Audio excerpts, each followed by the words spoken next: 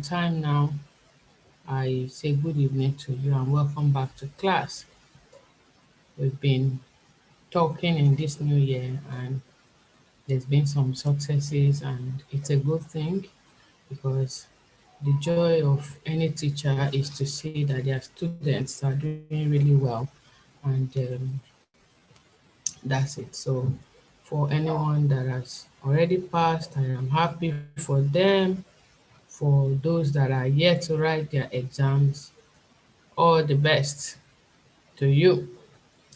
So yes, tonight we are going to be talking about a different thing entirely from what we've been discussing. Um, just ensure that we keep to the rules and everyone does the right thing so that we can have a smooth run this night. All right.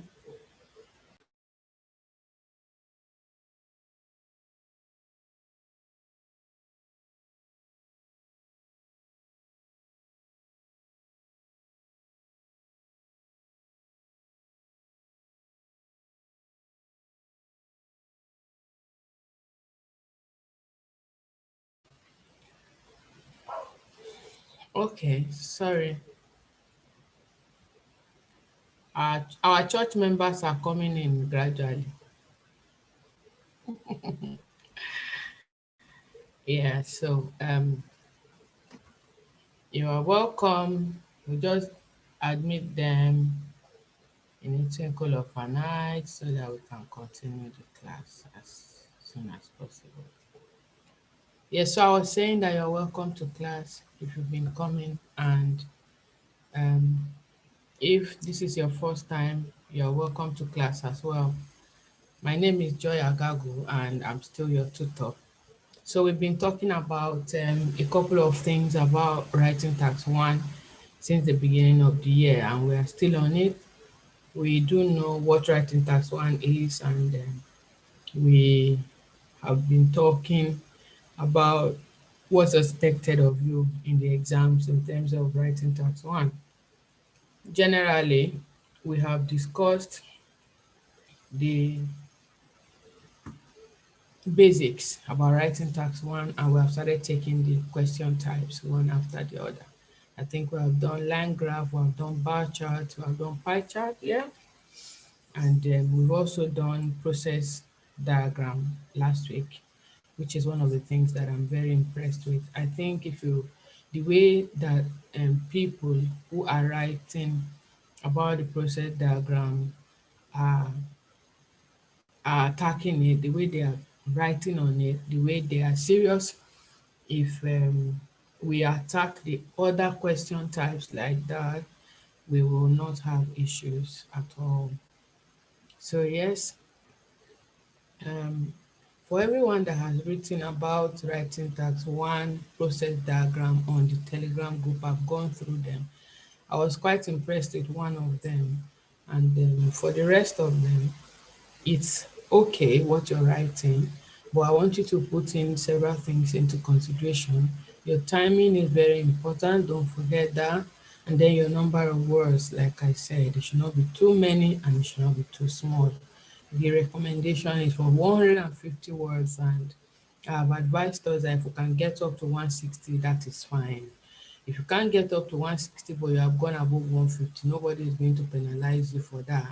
But I'm thinking that, in my own opinion, if you are more explanatory with your write-up, it's better because the examiner gets to comprehend and understand what you're writing better.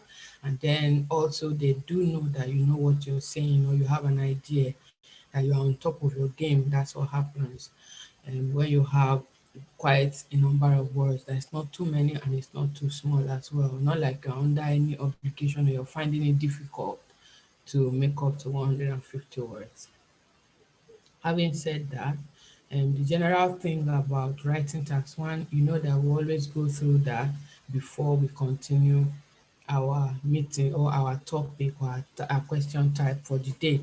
So I told us about writing tax one, that writing tax one is a specific type of question where you get to do um, two, you get to write 150 words, not less than that. Writing task one, you also get to um, follow certain processes. And what is expected of the writing task one task generally is that you are to write in an academic style, okay? You are expected to write not less than 150 words, and you are to complete the whole task in 20 minutes. That means you're writing your vetting, the vetting of your work by yourself, of course, in the exam hall. Your corrections and everything has to be done within 20 minutes for writing task one. The task is generally testing your ability to analyze and explain a given information. Here they are giving you pictures. That's where you see diagrams. It's only in writing task one that you see diagrams. In writing task two, it's more of just a question prompt that they will give to you, and you are expected to think up the answers in your brain yourself. But in writing task one, they give you something to analyze, something for you to explain, and information is given in form of a chart or a graph or a flow chart or something, or even a map. All right. They've given you something that you can see and you're expecting. And I think that's why the time is shorter, because it's more like they are giving you an idea, all right, of what you should be writing. Who are those in the room? Let's see. Okay. I hope we're following. So your answers are presented in your own words in complete sentences that make up paragraphs. And there are various question types that you will find, like we've started discussing already. So we'll be discussing each of them, which we have started, and we'll continue from where we have stopped.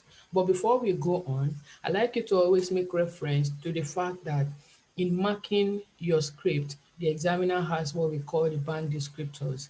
These are the criteria for your band scores, and the information you give in each determines your final score at the end of the marking. And there are four of these variables that make up the band descriptors, all right? The first one is the task achievement or task response, or people call it task completion. This component of the band descriptor accesses your ability to complete a task as you are instructed, following the structure, which is the introduction, you introducing the task by rephrasing the question prompt, and then a complete summary of the key features where you have your overview written. Highlights of key features, and you writing no less than 150 words. That is what is expected in your task completion, finishing up also within 20 minutes, all right? Then you go over to the coherence and cohesion, which is your ability to write in a sequential order, presenting your answers logically, your ideas, putting them down logically, and proper paragraphing, showing a very clear procession, okay, and then progression also in your work, avoiding unnecessary repetition of information, using a range of cohesive devices, the linking words to express accuracy in your write-up. That's what coherence and cohesion is going to score you on. That is your ability to write for your examiner to understand. Then we have lexical resource. Lexical resource is your range of vocabularies, all right? The use of synonyms to explain yourself, using verbs and adverbs to show precision, all right? Here you also is also going to consider appropriate word formation, your correct spellings and avoidance of error as much as possible. Grammatical range and accuracy has to do with your English, your sentence formation, where we have simple, compound, and complex sentences, and then good grammar formation and appropriate punctuations. That's what grammatical range and accuracy is all about.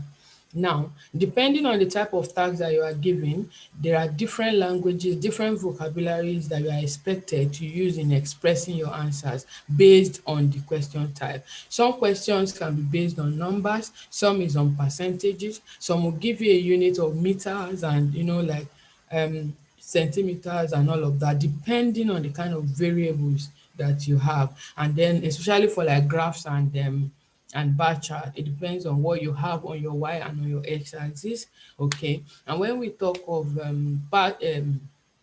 pie chart, some of them usually is in percentage. A pie chart is round and it has to be 360 degrees. So 360 degrees, they will now divide them into different percentages and all. So you need to remember what unit of measurement your question is using so that you can make reference to them and do justice to everything that you need to do justice to. Is that okay?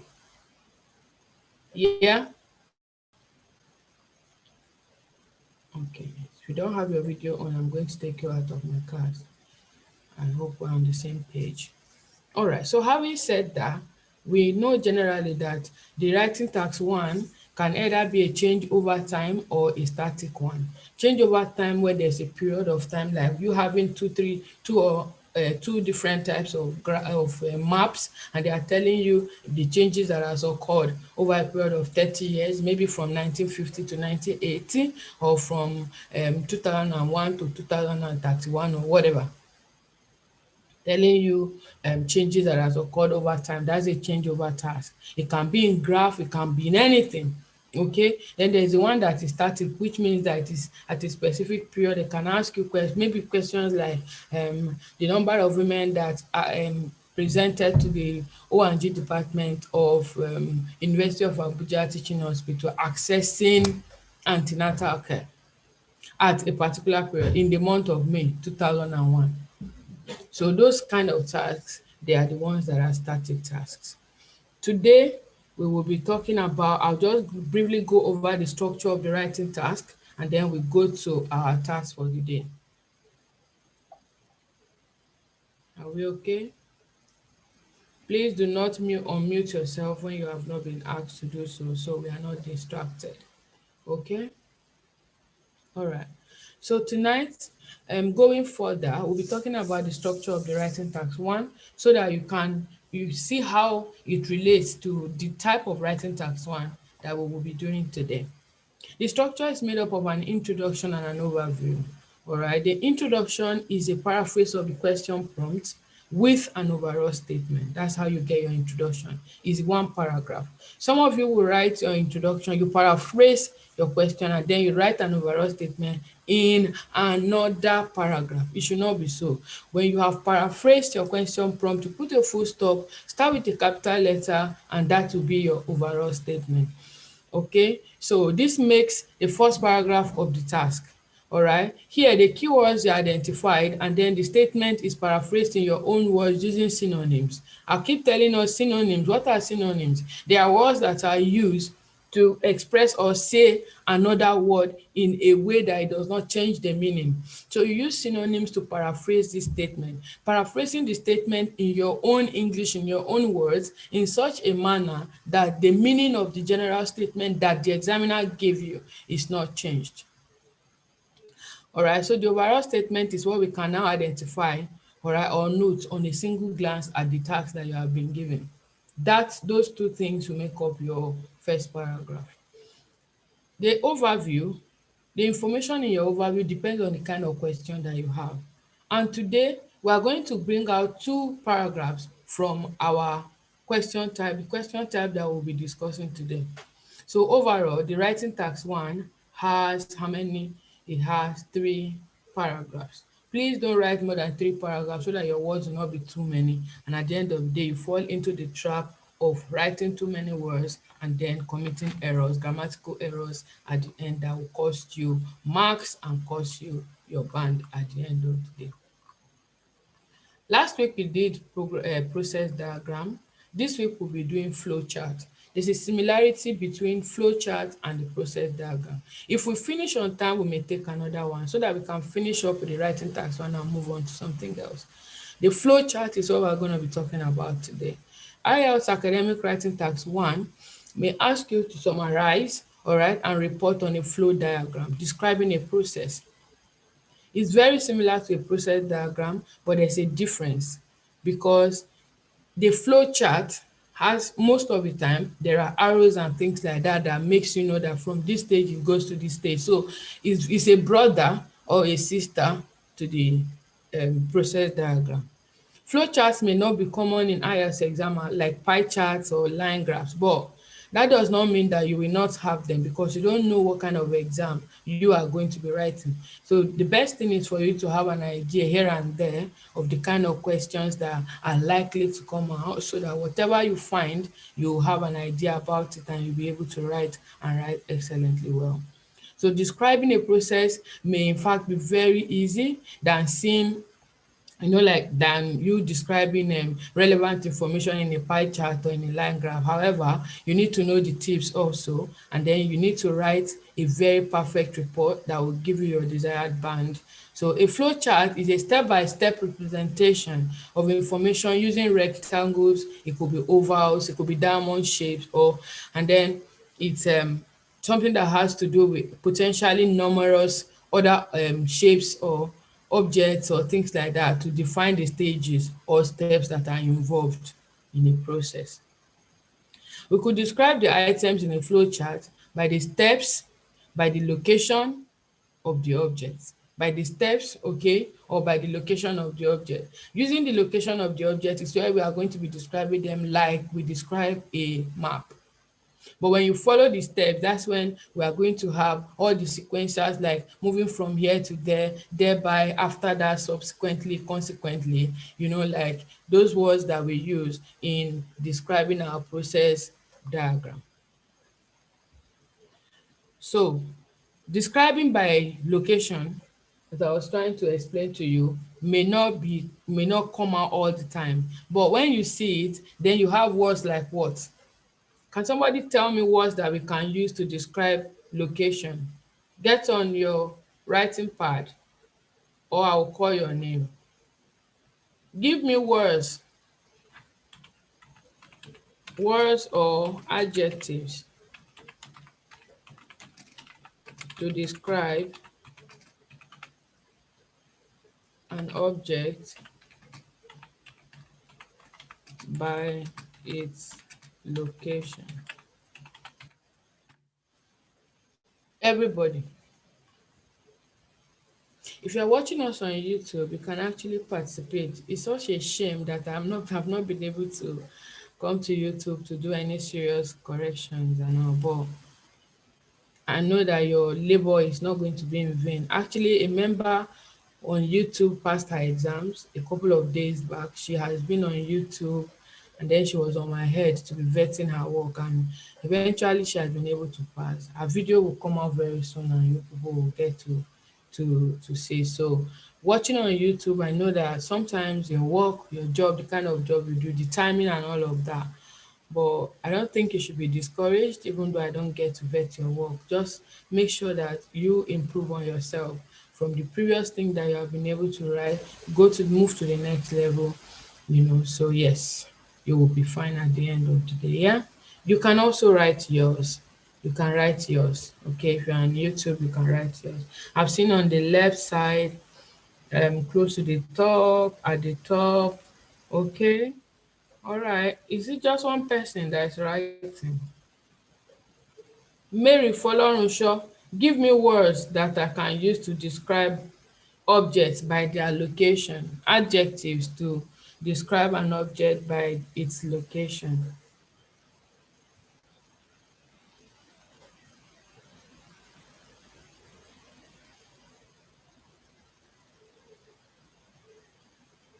Mary, I've asked you to unmute. Give me 2 words.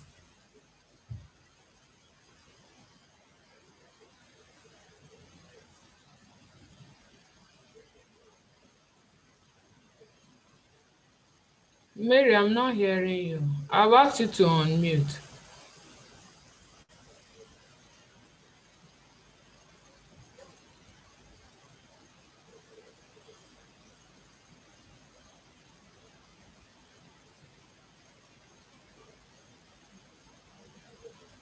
Oyenike, I've not seen anything that you wrote. Give me words to describe an object by its location.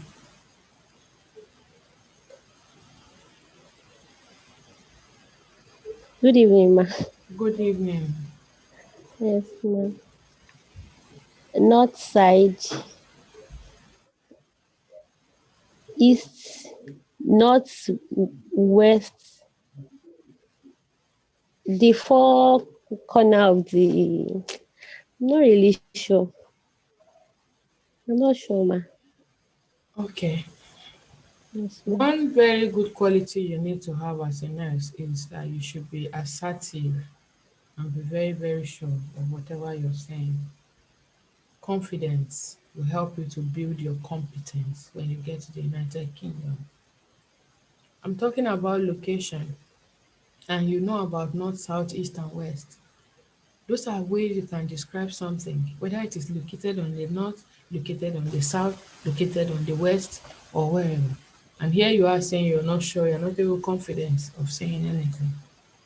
Now you are telling me right side, north of, east of, northeast, northwest, and the rest of them. Those are good things, but you need to be very, very specific. Something is either located on the north, on the right, on the left, or on the right. You can't say left side, left side. Why left side? On the left. There's no need for side. It's the side it belongs to that is either left or right. Okay, so it is either at the top or at the bottom. Don't tell me bottom side. I don't know if you understand. So pick what to say and be very, very sure, be accurate. As much as possible, you need to cut down words. So by the time you say left side, right side, now tell me, are there repetitions of is there repetition of information or not? Side, side, side, and then you fill all your write up with on the bottom left side is the this of a that, and on the right hand side is the that of the this, and on the northern side is, and then side has already taken 1/10 of the whole write up. And the examiner will just pick his or her pen and circle side, all the side that you have written. And what do?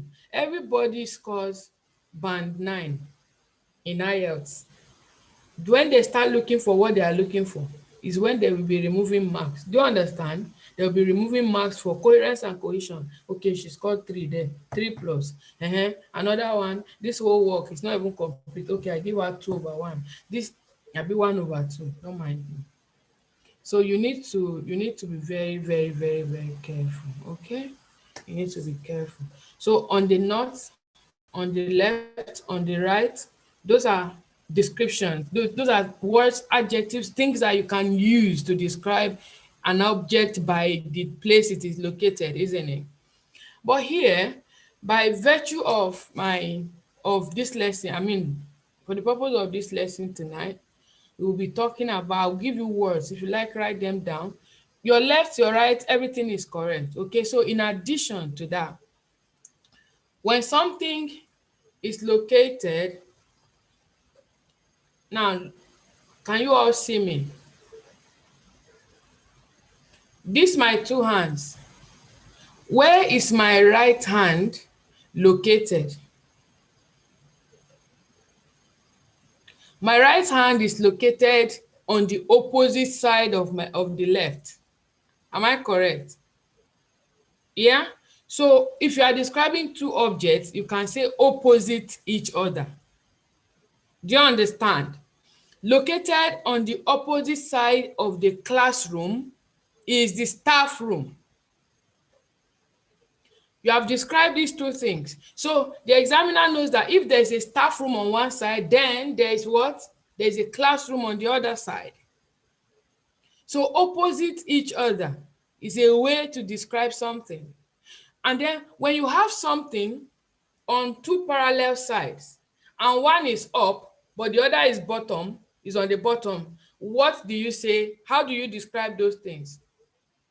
Like the way my hands are now, how do you describe it? Adjacent to my left hand is my right hand. So it was like adjacent. All right, they're on two different sides, but they are not on the same side like this. They are not side by side. They are parallel to each other, but one is located more on the top, the other is located on the bottom side. So you see, adjacent is one of the words. Adjacent, besides. So beside my left, side by side, with my left hand is my phone. With my right hand is my phone now. Can you see that? So besides, underneath, alongside, they're on the same side, alongside each other. You can use that to describe something that are beside each other.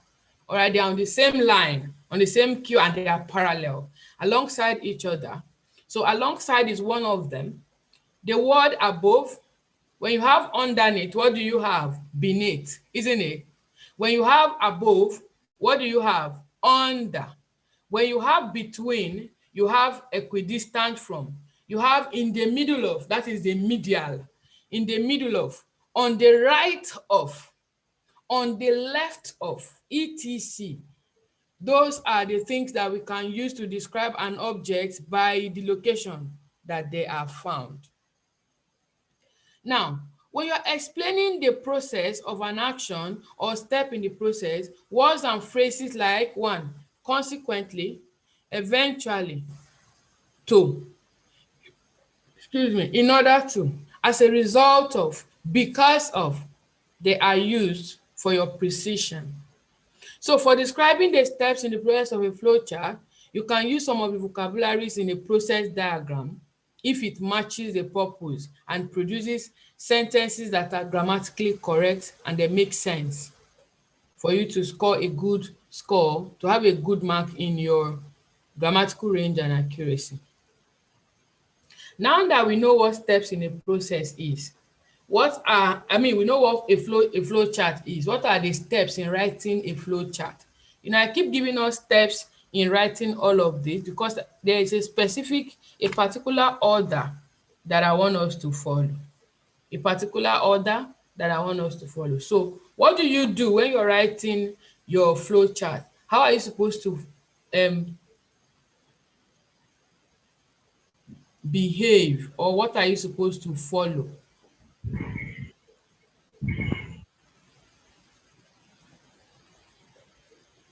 Please, when you come in, make sure you're muted.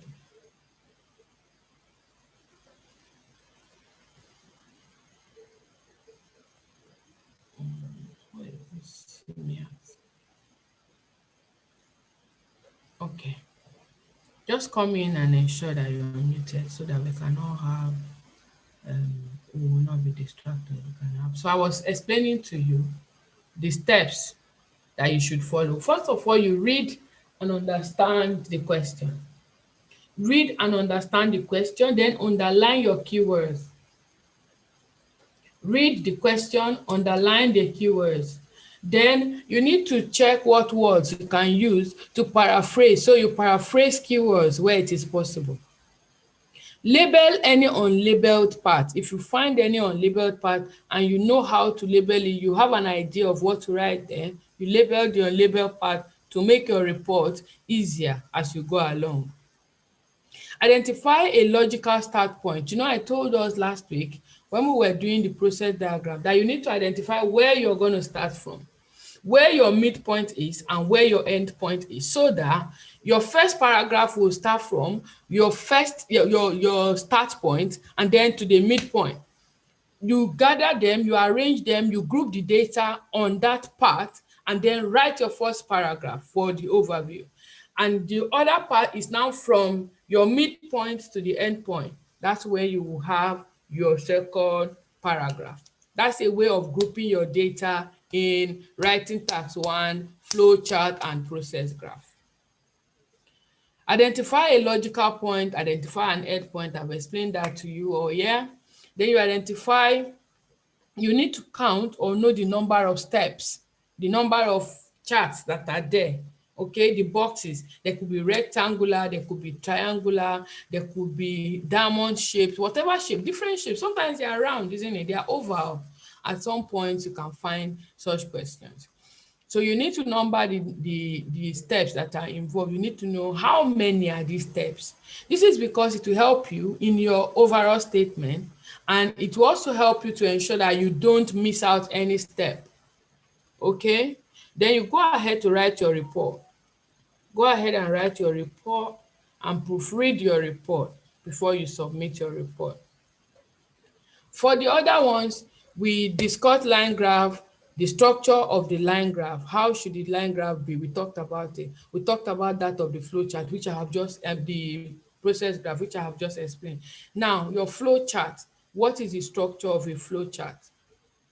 It's the same thing with the structure of writing task 1, where you have an introduction and an overview. The introduction is a paraphrase, a rephrase of the question prompt using synonyms, and then an overall statement. while the body, which is the overview, is the body. All right. In the body, you should have 2 paragraphs for your overview. Count and group the data. Separate into 2 to give you sufficient points for both paragraphs. But if it is not possible for you to do this, you write the overview as 1 paragraph. I don't advise you. But where it is impossible, but I don't advise you. That's the truth. So I don't advise you to write 1 paragraph for an overview. Never. But if it is not possible, and then you write 1 paragraph for the whole of the overview, that means that you're going to have a summary so that you will still have 3 paragraphs. Does it make sense? Does it make sense to anybody? I keep singing 3 paragraphs, 3 paragraphs. If, for instance, all the steps that you have, maybe the diagram is too small, or the steps are just 4 or 5 and they are not many, so you cannot separate into 2 for you to have 2 paragraphs. What should you do? Write all that in 1 paragraph and write a summary, making your 3rd paragraph. Do you understand? Do you understand? It's in that kind of essay that you will have a summary, where you have points that are not enough. I showed you one of them the other day, didn't I? Where we have the one graph. We had a line graph that was just 1 line. And I said, go ahead, write everything in 1 paragraph, and then give a summary as your 3rd paragraph. So that way you have completed the structure of the writing task 1 for whatever question type you have. Where it is not possible to have 2 paragraphs, write 1 paragraph for your report, then go ahead and have a summary for your 3rd paragraph so that you can maintain the structure of the writing task 1. Any questions so far? Fatima Shitu, I'm going to take you out of my class. And you know, when I kick you out, you can't come back in.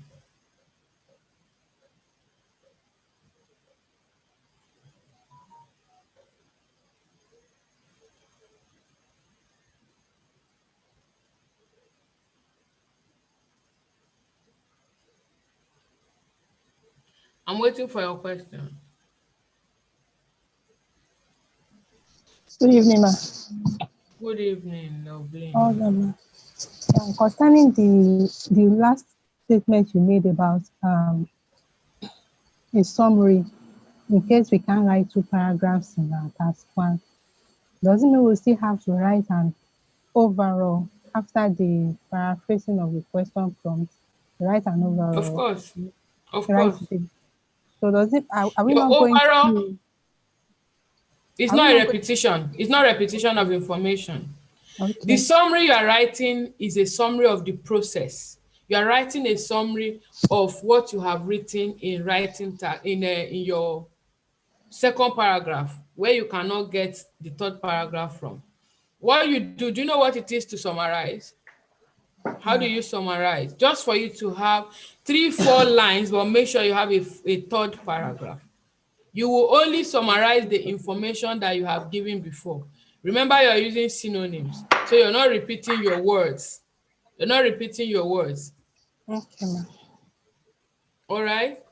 Yes, please. You will write your overview. Your overview.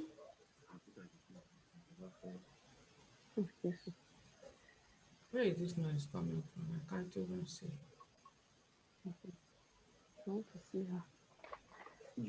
You want to see me?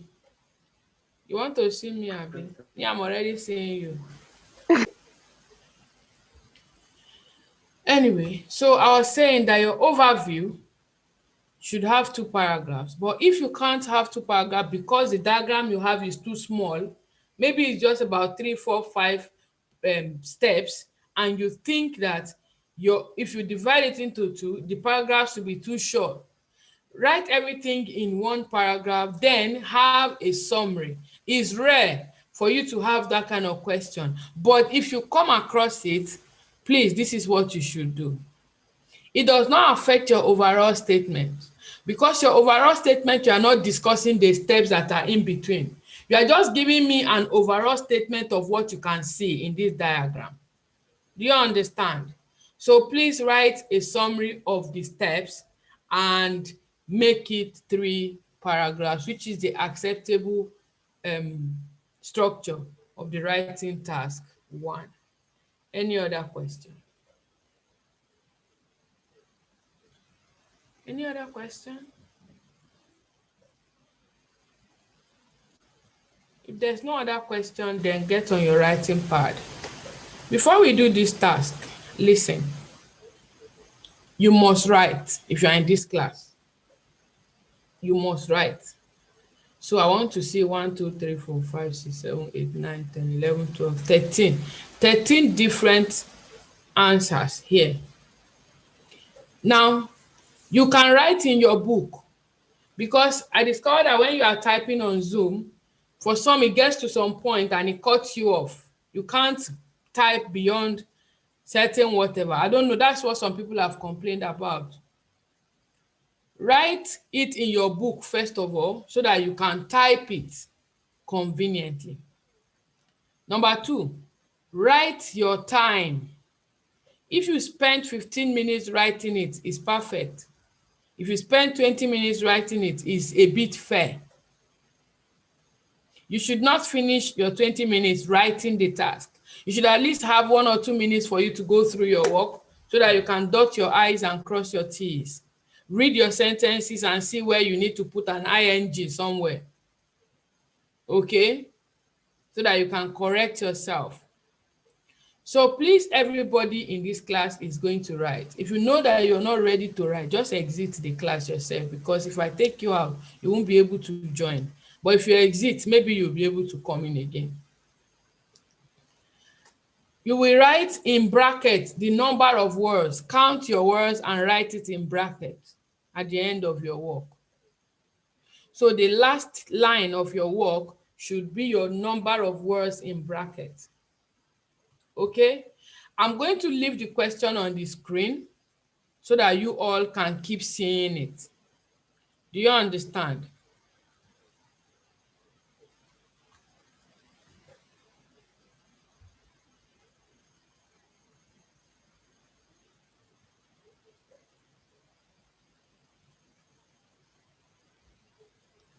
Okay, so using the structure that we have discussed tonight, everything that you have heard about the writing task 1 flow chart, you are going to do this classwork.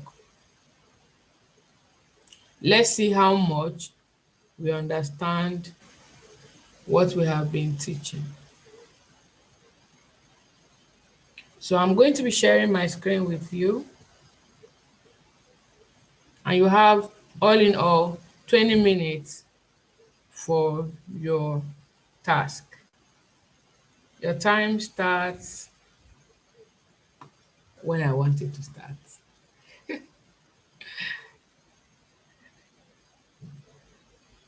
Can you all see this?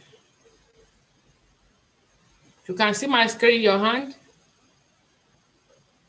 Good, we are seeing my screen. So go ahead.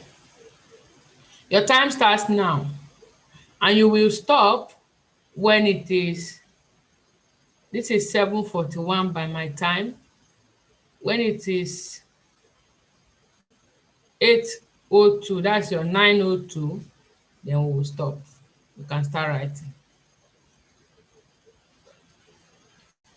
9:02 that you are stopping is that you will stop posting. So you need to write and post before that time. Do you understand? Good. All the best.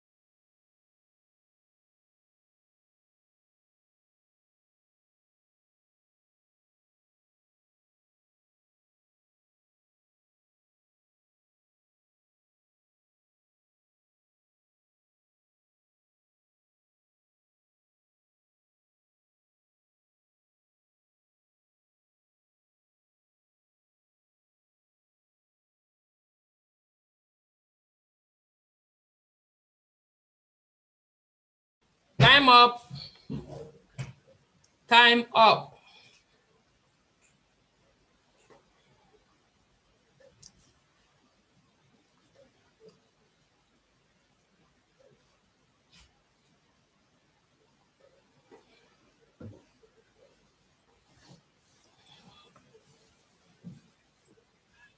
So let's see what we've got.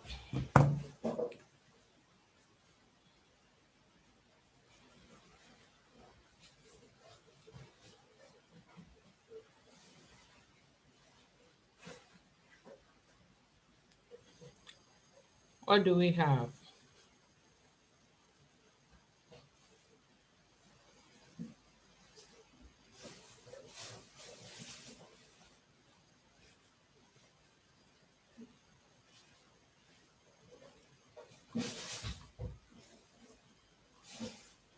I have essay for just one person here.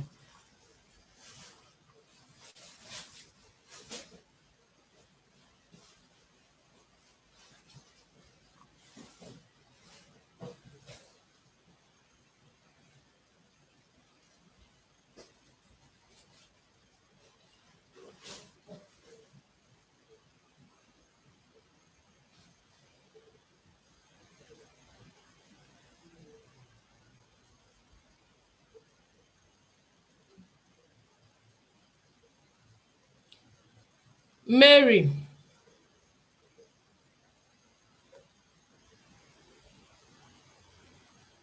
Mary, where's your essay? Ma, I'm trying to type my answer. I thought I said that whatever time you Hello, are, ma. I thought I said that whatever Ma? time you are using, that you should schedule it in such a way that you will type your work Ma, and please, I can't say. in 20 I minutes. can't hear you, ma. Can you hear me now? Hello, ma. Your background is too noisy, Mary. I can't let you keep talking. Bookie Hello, Banks, where ma. is your I work? can hear you now. Don't worry about talking. Ma, Your I'm background typing. is too noisy, it's distracting me. Mary Banks, where is your work? Ma, I wrote it down Where is because it? if I try to type on my phone, my video will go off. But it's written down. This is my book. But I said that everybody can type, and I did give us time, and I didn't take anybody out, whether your video went out. The only person I'm about to take out of my class and will not be able to join again is Belinda Njeze.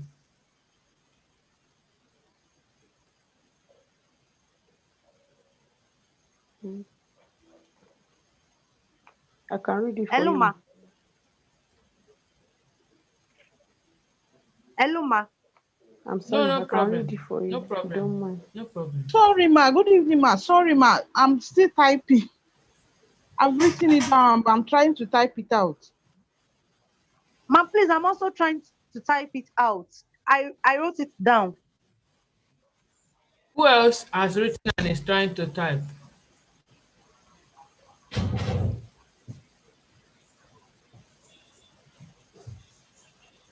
Sweetie, I'm also Sweetie, where is your typing, work? ma. Okay, type. Continue typing. Thank Sweetie, you, where ma. is your work?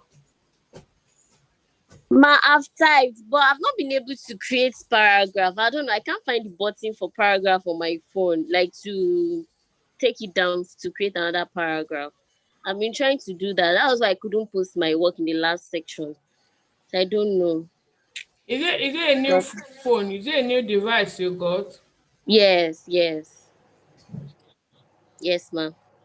So when you're typing text message, you cannot go down. No, I don't know. I can't get it here. When I'm typing text messages, it goes down, but I can't get it here. Don't. You will type it and send it to Telegram. Okay, ma. Thank you. Bookie, you send your work to Telegram.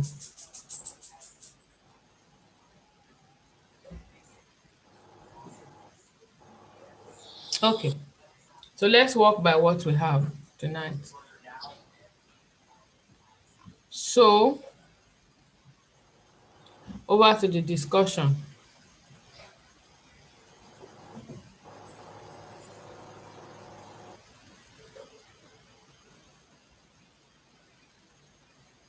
What do we have as our task tonight?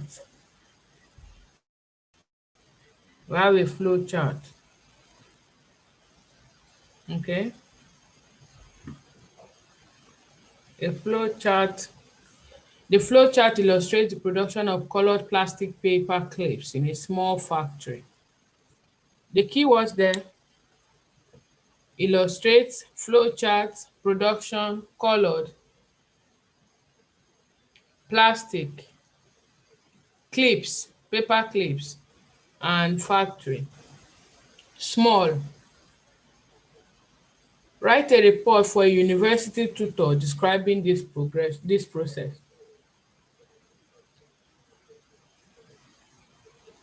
If you have a look very well, if you look at this very well, we have the molten plastic. From the molten plastic, we have the red mold, the blue mold, and the yellow mold. The red and blue and yellow mold all go through what? Quality control to check their strength. Then it is either rejected,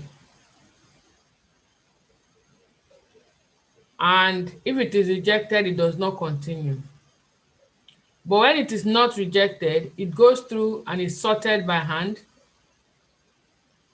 After that sorting by hand, the ones that are mixed color, they are where? Mixed colors are separated, single colors are separated in that process. This thing, I told us about labeling a part that is not labeled, isn't it? Isn't it? So from here now, what do you want to label this part? For me, I have a name. So what do you want to label this part as? It's up to you. Then, when they are separated from the mix and the single, they all still go through quality control, both the mix and the single colors. After that, they are packaged and then dispatched.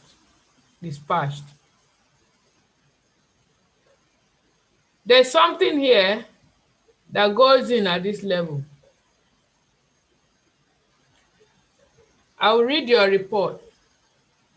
But before I read your report, can everybody type for me the words that you can use as synonyms for the whole of this question prompt? It's here, it's up to you, and I'm here. Type them out for me. Your keywords and the words that you can use, the synonyms that you can use. Let's go.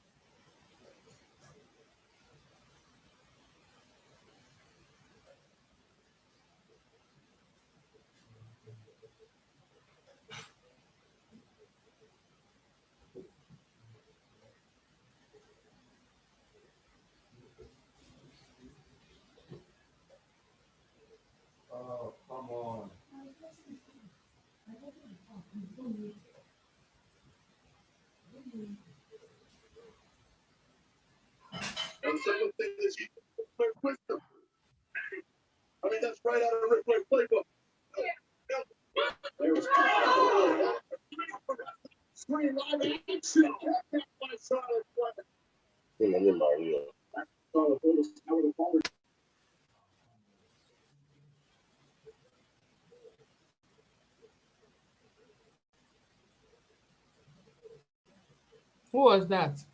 Okay, okay.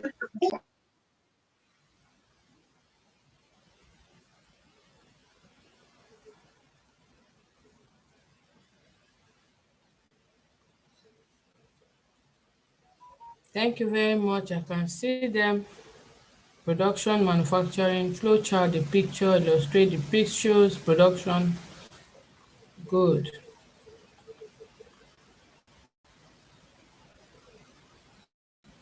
In a minute company. Okay.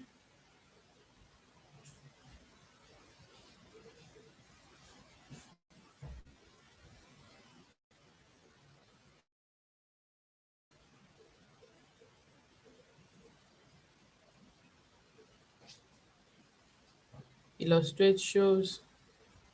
Is that all? That's not all now. Factory, mini plant, mini industry, okay?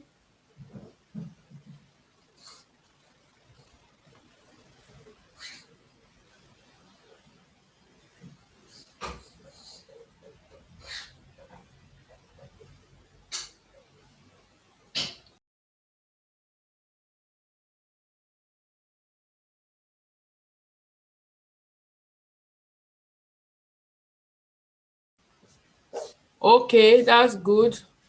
At least we have some here. All right, clips, hooks, pegs. Okay, you people are making good use of your Google. That's fine.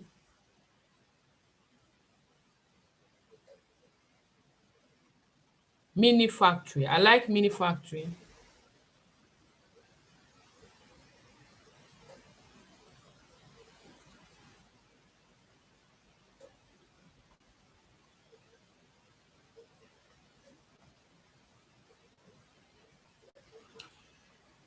All right.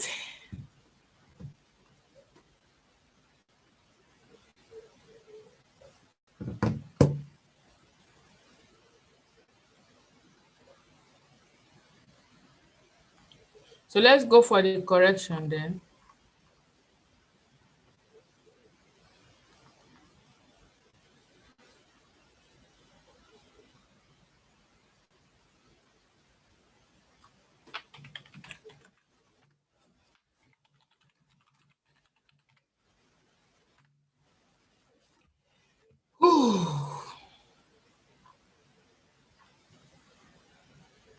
What will be our overall statement? What will be our general introduction?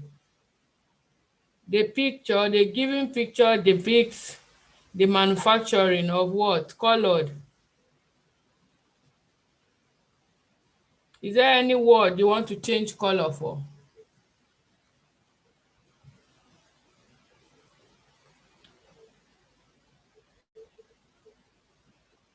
Does anyone have a word they want to change color for? Give me the word you want to change color for. Loveline. Painted. Painted.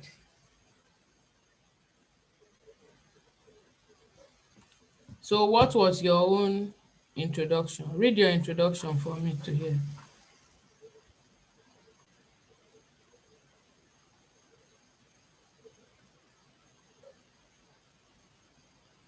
Loveline. Loveline, read your introduction. Let me hear. The diagram shows this.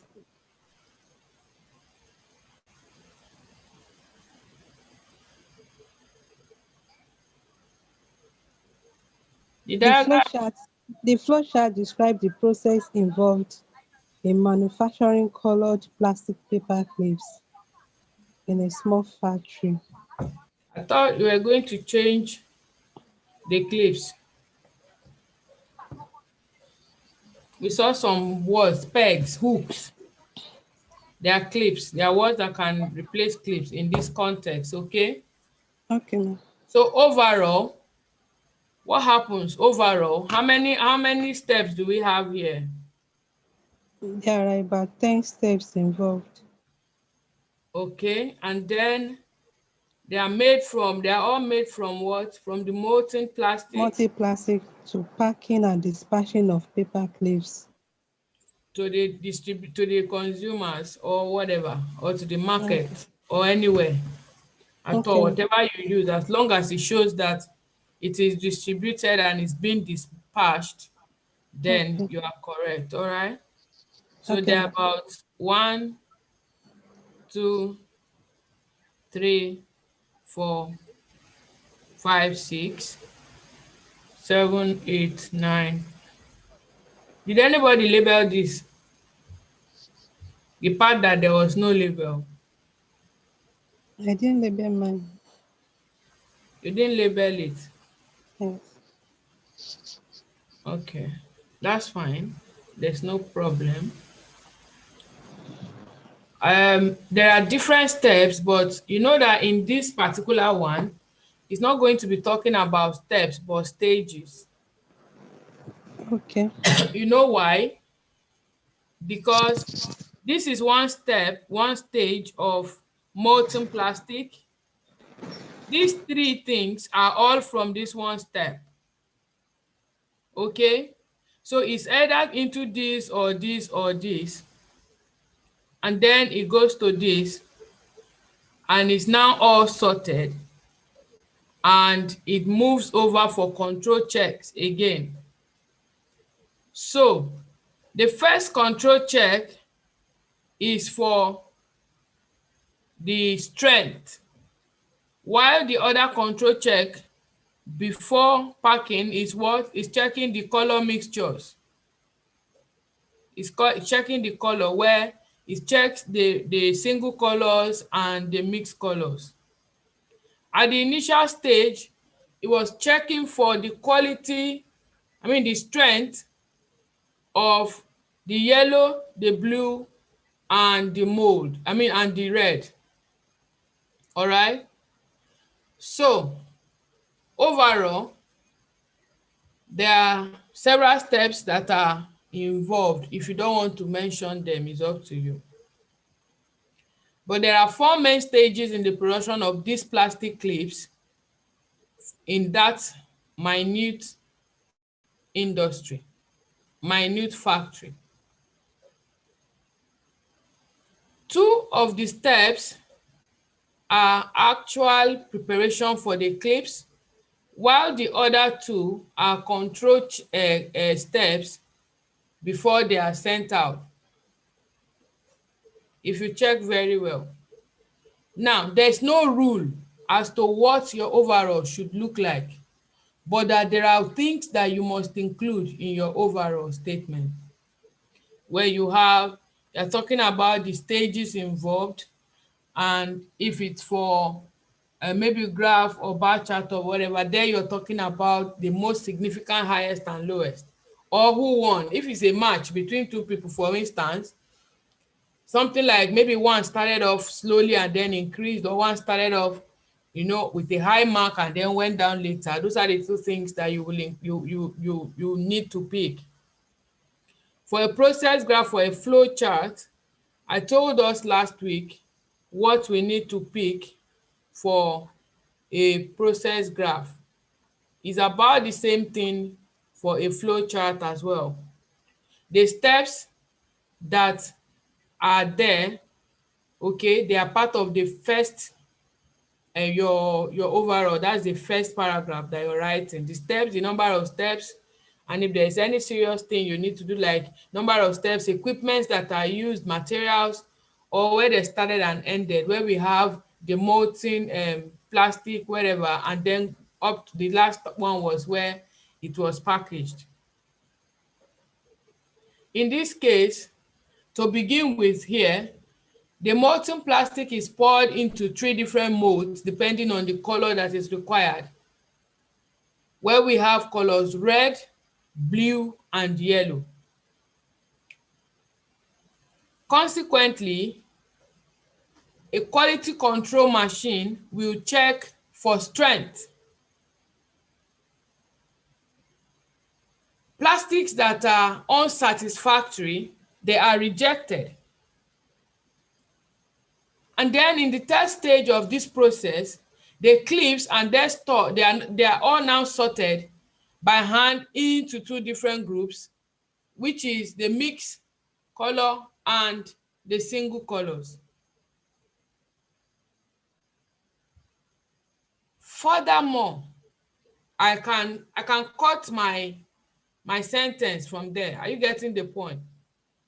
I can decide to cut my sentence from there and stop.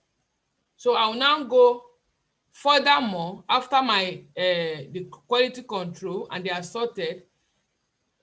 I continue, or I go back to when the ones that are not useful is rejected, okay, from quality control. I stop there. I think it's a logical point to stop. When you have molten plastic, yellow, blue, red, and then sorting by the machine, checking for strength, and then rejected ones, the ones that the unuseful ones are rejected, or unsatisfactory ones are rejected. Going furthermore,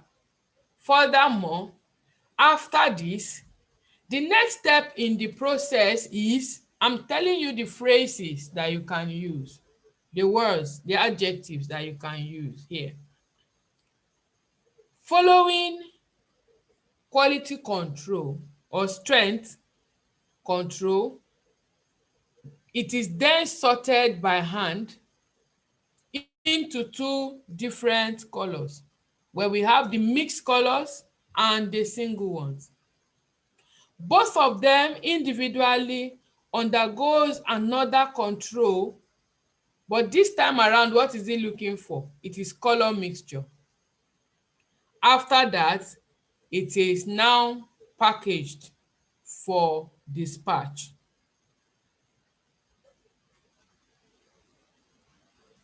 If you know that you did not write anything close to what I just said, then you have not finished writing.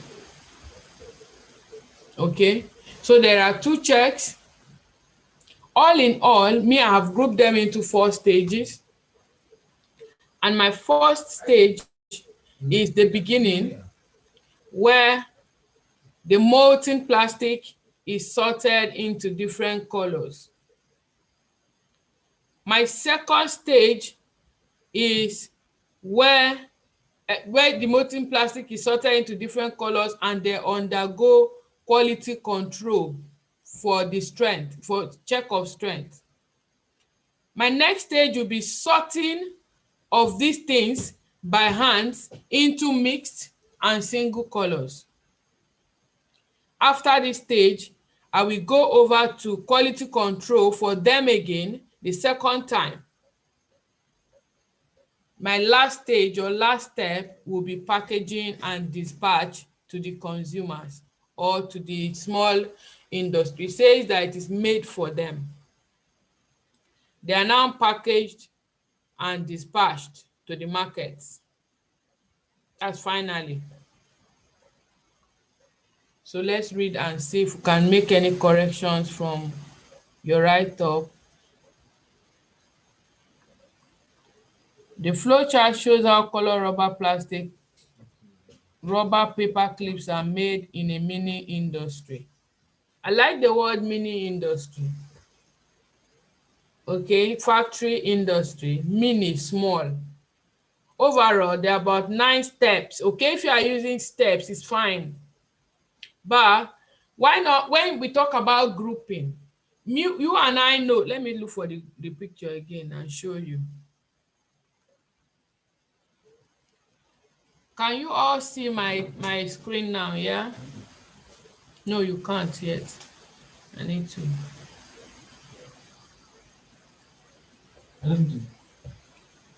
So, can you see now, yeah? Me and you know that from this stage is either this or this or this. So this stage and this and this and this is next to it. So you don't count molten plasma yellow, blue, red. You don't count it. These three things is a level. The three of them, I say is because three of them is one. It's a level. All right?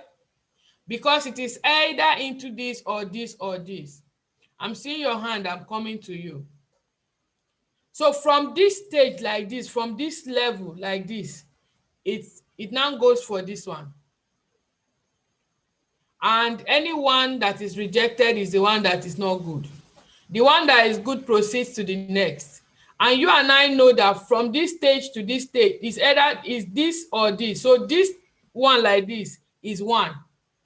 They are sorted. The process, the stage or the step or the period of sorting is a time to sort into mixed color or single color. So it is one stage.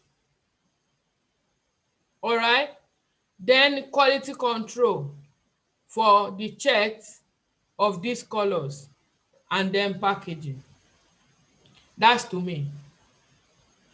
This is because this arrow, if it was going to be listed as 1, 2, 3, 4, the arrows would have been 1, arrow will be here, arrow will be here, arrow will be, do you get my point? Is it making sense to any of you? This arrow is 1 here to this to this. So it is from this one, all we get is either this or this or this. It is one stage. It is one stage. Then from these three like this, it is still one stage. All of them goes through one thing. And after going through this, it proceeds down here for the ones that are useful, and the one that is not is rejected. All happens at this stage. Then it moves. This is just trying to explain to you how the flow, we are talking about flow chart and not ordinarily, not necessarily a process graph. If it was a process graph, the process will move from molten plastic to maybe yellow, then to blue, then to red, then to quality control, then to sorting by hand, then to another thing. That is a process graph. When I'm talking about a flow chart, it uses arrow to tell you the direction of the flow of things. So that is the one major difference between the flow chart and the process graph. The process graph is one thing moving from stage to stage. Do you get the point? I'll show you a process graph. Let me see if I still have a picture. Good. Now, this is a process graph. Now I can confidently count this stage as this product, the production of cement or concrete, anyone I want to describe. I want to describe this one. From this stage, you see the process, the arrow is moving to this, then to this, then to this, and then this into the grinder, and out the cement comes. Here it is one arrow directing you into different things at a time. You have one thing at a time going on. But for a flow chart,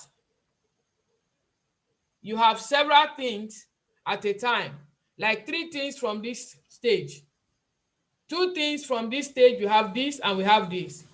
2 things from, or even 3 from this stage, and we have this and we have this. Now, at this thing like this, sorting by hand, for me, I will label it manpower, because it is manpower that comes in from, is an external factor, comes in from outside and comes here to sort by hand. You can only use a man's hand, isn't it? It's not a machine at this point. So if it was a machine, like the machine did the sorting for quality, for strength here, it would have just proceeded to another machine. But here, something from the external is coming into the level of sorting by hand. So for me, for you, it may be a different thing depending on what you want. But for me, I say it is what? Manpower sorting it. I may not mention it, but because I told you at the beginning that if there is any unlabeled part, you can label it yourself. You may decide to label it. So moving forward, from this stage, it comes to this stage, irrespective of these arrows. But we know that it is either to this or to this. And then these two things come to one stage. They must both go through the same thing. And they must both be packaged. That's why it's like this. This is the difference between a flow chart and a process graph. A process graph is one thing moving through different steps. A flow chart is one thing going, a process graph, yes, is one thing going progressively in one particular procedure through different parts, different processes. But here, one thing can go through different stages, different processes here, but at the end, this is it. But because it is moving from stage to stage irrespective, is why you can use some process chart or process graph talks. I mean, like the adjectives, the adverbs, and the sequencers to describe it. Now I have come to you, Funsho. What is your question? Okay, ma. Hold on, ma. Since I'm so sorry to judge that, but the point is, when I was writing my answer here, on getting to the last stage, I discovered that all the right stuff is not up to 160. So what did you do? So my question is, I just wrote in conclusion another paragraph. Am I to write in that same the last paragraph, or I should continue with in conclusion? If you see that you don't say in conclusion, if you want to write a summary for this, like I said, as if I knew, I didn't even know that this was the question we're going to answer. All right. So not like I go through some of the lessons. Sometimes I just come back from work and I'm on the computer. So it's not like it's a pre-planned something. Now, for me, this whole thing, I can describe it in one paragraph. For me, for instance. For someone else, they can describe it in 2 paragraphs and they have enough words. It depends on how you break it down, how you explain it. Now, you begin to waste time and explain things when you see that you do not have enough words to write. When you do not have too many words to write, then you begin to explain them. That's why you must, 1, if you see any unlabeled part, label it. Number 2, I said that you should do what? Count the steps, count them, so that from there you know what step goes into what. When you know you have few steps for paragraphs, for the various paragraphs you want to write, then you know how to arrange your words. I can still say this thing and at the end I come out with 3 different paragraphs and I'll be getting close to 200 words from this. It is where you use your cohesive devices. That's where you are going to make use of complex and simple sentences, joining them. Now, for instance, molten plastic. If you want to say that these things are made from molten plastic, a material, all right, that is a raw material. By the time you start speaking that English, you're already getting 2-3 sentences. So sometimes you need to use your common sense, and that's the reason why you must practice. You can't just attend a class and you think that you know what to write in IELTS. If you don't practice, you get to the exam hall and you'll be confused. But now that you have practiced this kind of question, you know that when you see a question like this, you know what to do now, isn't it? You know what to do now. So you must practice different kinds of questions so that you expose yourself to the how of writing them. Do you understand? And if, for instance, you have written and you want, because you have seen that this thing is not enough, I have only 2 paragraphs, I want to write a summary. You will go down and say summarily, don't say in conclusion. You don't conclude in writing tax 1. You summarize, remember, you summarize in writing tax 1. So summarily. Oh my right. Oh my right. Shut your bitch ass up.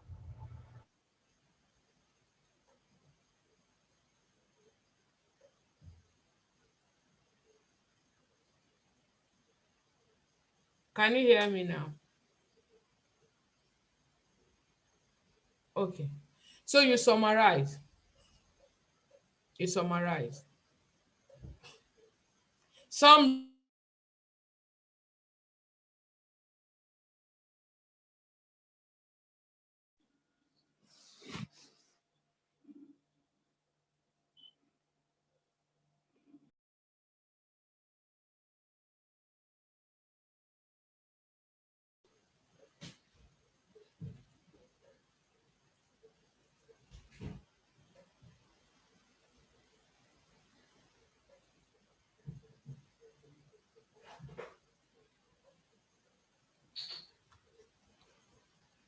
summarizing, you may want to pick one or two or three important things to say. I'm still going to share this screen so we can explain this and get it, and before we go.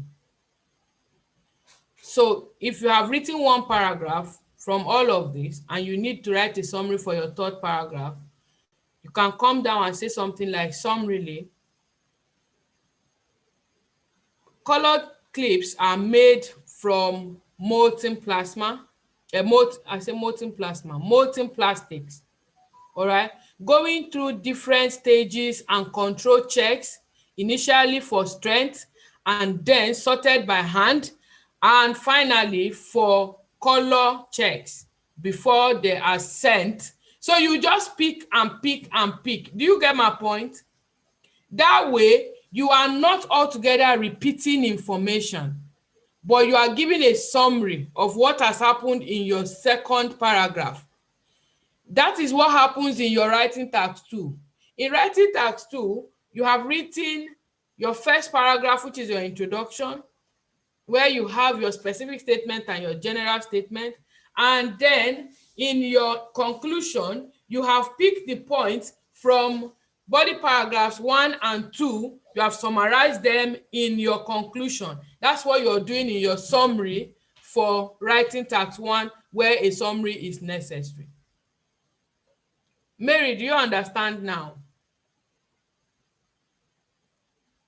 Okay, that's fine. Any other question?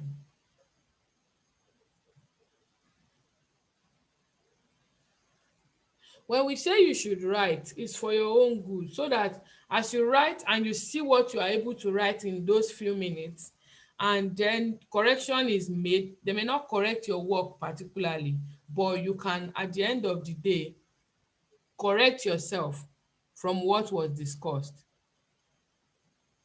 Do we have any other question? Yes, ma'am. Chinwe, go ahead.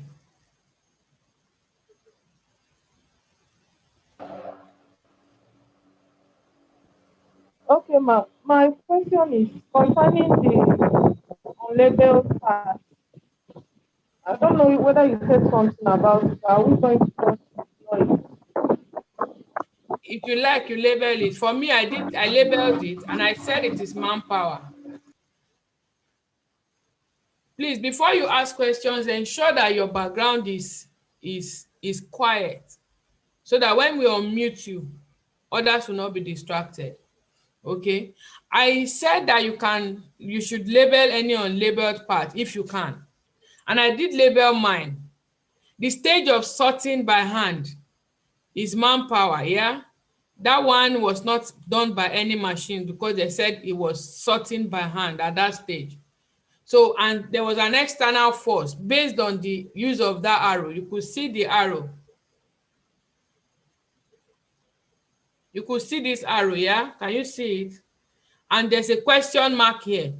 If there's a question mark here, don't you think that there's something they want you to write there? So I did say it's manpower.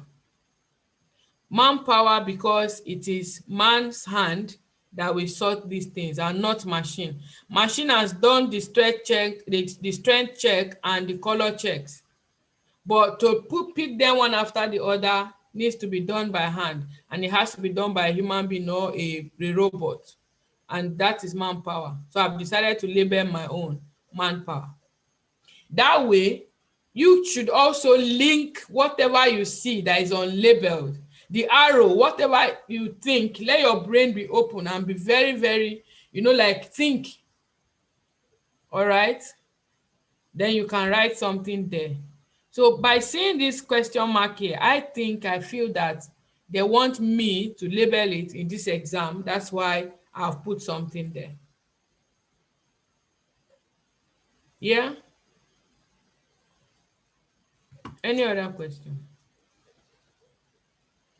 Dennis, you came late to the class. I hope you are okay. Did you get the class at all at any point?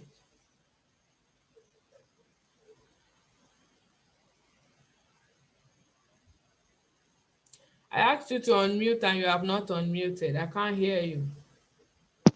Sorry. Thank you very much. I'm very sorry. I'm an evening shift. Oh, so I will go evening through shift. the. Sorry about that. Yes, It's ma'am. well. These are some of the sacrifices you need to pay. So you can go over the lesson later on YouTube, yeah? Yes, ma'am. You can just go over it and then to the point where you stopped. I mean, to the point where you joined, and then you can understand. So today, overall, we've been talking about writing tax 1. I have gone over what is expected of you to do in writing tax 1. I keep saying the same thing like over and over because I want it to stick to your brain and I want it to come firsthand to you, even if you are in the exam hall. Today, we said that writing tax 1 is where you are expected to analyze and explain a given graph or a given diagram. This diagram comes in different forms. It could be a map, it could be a pie chart, a line graph, it could be a bar chart, it could be a process graph, it could be a flow chart. Today, we concentrated on flow charts. For some time now, we've been discussing writing tax 1. We have discussed bar chart, line graph, process graph, and pie chart, I think. And today is flow chart. And we said that in your marking, the way your examiner will mark and rate you and give you your band score, there are certain things called band descriptors that they use, that they make use of, that they follow. These band descriptors are the criteria for your band scores. And there is the task completion or achievement or response. We have the lexical resource, okay? And then I talked about your grammatical range and accuracy, and then coherence and cohesion. This coherence and cohesion is very, very important because it helps your examiner to know the flow of your work. It shows the progression of your work. It shows how you can put your ideas down logically. All right. Grammatical range and accuracy has to do with your grammar, your English, punctuations, word formation. Okay. Vocabularies come under lexical resource, where I mentioned the use of synonyms so that you won't have repetition of a particular word. Okay. Where you use different words to express yourself, to say the same thing in a different way without changing the meaning, the initial meaning of what was said. We talked about the structure of the writing task 1 generally, which is that you should have 3 paragraphs. The first paragraph is an introduction where you have an overall statement and a rephrase of the question prompt. And then your second and third paragraph is called an overview. That's where you write your report. The overview you're writing is dependent on the kind of question that you have. Your information in your overview in a line graph is different from what you will have in a flow chart. You need to get used to it. And by getting used to it, you need to know how to group your data. For instance, you have a line graph and you have 4 or 5 variables. How many variables am I going to pick and write about in my first overview paragraph and then in the second? In a flow chart as well, you need to pick. So today, we did an example of a flow chart which has majorly 4 stages. The major steps in this flow chart that we did today was 4. The first raw material is not a stage. That is a molten plasma. The first stage was after sorting, it goes through the quality control for strength. After that, we sorted by hand using manpower, like I labeled the unlabeled part. And then we proceeded over to what? To the color check, where different colors were taken and kept at different places. At the end of these color checks, they were all packaged and sent to the consumers. When you have a flow chart, follow the arrow. The arrow may be pointing to different things, but if it is just one arrow to one thing, one arrow from the same stem, from the same root, then you should know that that is just a stage. That is one difference between a flow chart and a process graph. A process diagram, for instance, is one thing going through several stages, one thing, not like this flow chart where that one thing, molten plasma, divided into three, and then they were going. That is one difference between what a process graph and a flow chart. Does anyone have any questions? So far, so good. The lesson is coming to an end. We have done flow chart. We have done writing task 1. Flow chart is coming under writing task 1. Everything you need to know is in there. You know the structure. I've given you words that you can use to describe these things. Okay? You have words that I didn't see many of you use in your write-up. And I did give that to you, isn't it? Side by side with, on the same, at the same time as the same time as the molten plasma plastic is going through to red, is also going, the color for blue is there, and then for is it red, blue, and yellow, they are all going into different colors. At that period, it is now sorted later on into something else, and then move into color check, from there to whatever check, and that's the end of it. Any question? No question. No question, right? Somebody's hand is up. After this one, then we'll close the class. Yes, go ahead. Ask your question. Where is she? Ask your question. You have not unmuted. I've asked you to unmute. You have not unmuted. Okay, ma. Okay, ma. In the diagram, can you hear me, ma? Sorry? In the diagram, the illustration is done. At the stage whereby it is sorted by hand, and it is like the way I see it. Okay, ma. After it has been sorted by hand, the mixed color and the single color. Ma, in that place, can we say on the opposite side that it is mixed into mixed color and let me see the way. Okay, into mixed colors and single colors. Is it correct? At the stage of quality control, it is both mixed. It is all the mixed colors. It is yellow, blue, red that all go through this stage. The stage where it is sorted by hand here is still, before sorting by hand, is it not mixed? It's all the colors there. So all colors are now sorted by hand into single colors and mixed colors. So at the stage where, go ahead. Ma, remember, this is not your exam question. This is not your exam question. So you should not dwell so much on this particular question, like this question. I just want you to get the process of answering a question like this. Do you get my point?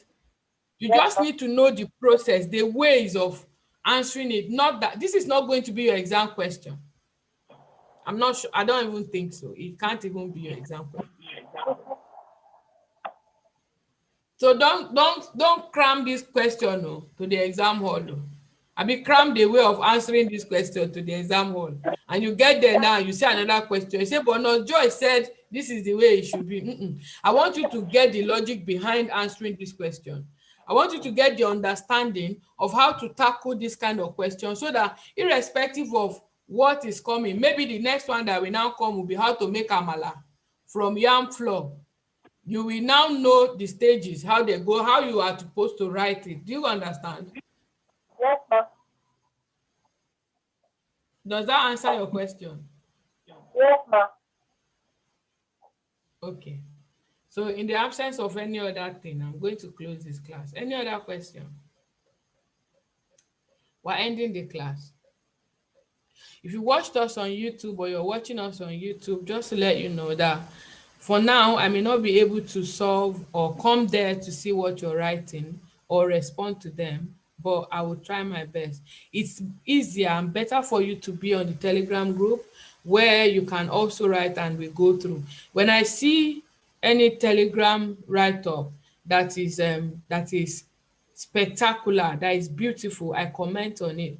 Or when it really needs that person really needs correction, I also comment on it. Those are two different things that I do, that I'm trying to do so far, because it's not easy vetting all your work. Okay, one way for you to improve is that you should keep writing. If you want to help yourself, you need to keep writing. If you don't write, you say, I understand. Shebi no, Joy was explaining me, say, we follow from one step, it moves to the other one. It's until you write it that you see all your errors and all your bas English that you are speaking. Then you can correct yourself. If you think that you know it very well, you may not be, you'll be surprised on the exam day. So consistent practice will help you to master the art of writing tax 1 and tax 2.